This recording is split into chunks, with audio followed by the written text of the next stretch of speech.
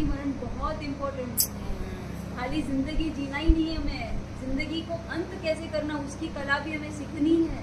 तो आपने अगर स्वाध्याय सही ढंग से कर लिया ना तो वो सारी नेट प्रैक्टिस है। आपकी असली एग्जाम तो आपके डेथ समय में।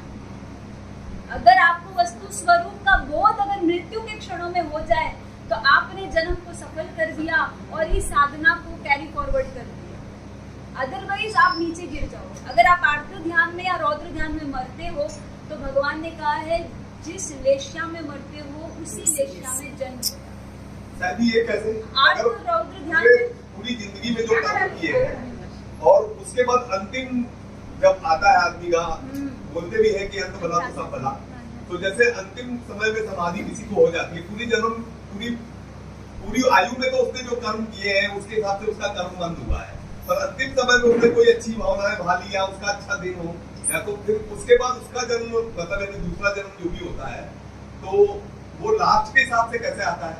नहीं, आपका कहने का समस्या मैं समझ गई हूँ कि सारी जिंदगी तो पाप कर ली और फिर अंत में अच्छा कर लिया तो फिर सब अच्छा हो जाए, ऐसा नहीं है। कर्मों के फल तो ठीक ही हिसाब से मिलेंगे, पर अंत समय में अगर समाधि में मरते हैं तो गति अच्छी होगा। अगर आयुष्य कर्म बंधना, 7 कर्म तो एनी टाइम बंद रहता है। आयुष्य कर्म ही एक ऐसा होता है जो एक ही बार बंधता है और अगर वो मृत्यु के समय में बंध जाए और आपकी शुभ भावना हो या शुद्ध भावना हो तब तो आपका संसार, आप समझ जाओ कि आप भवों के अंत की ओर जा रहे हैं।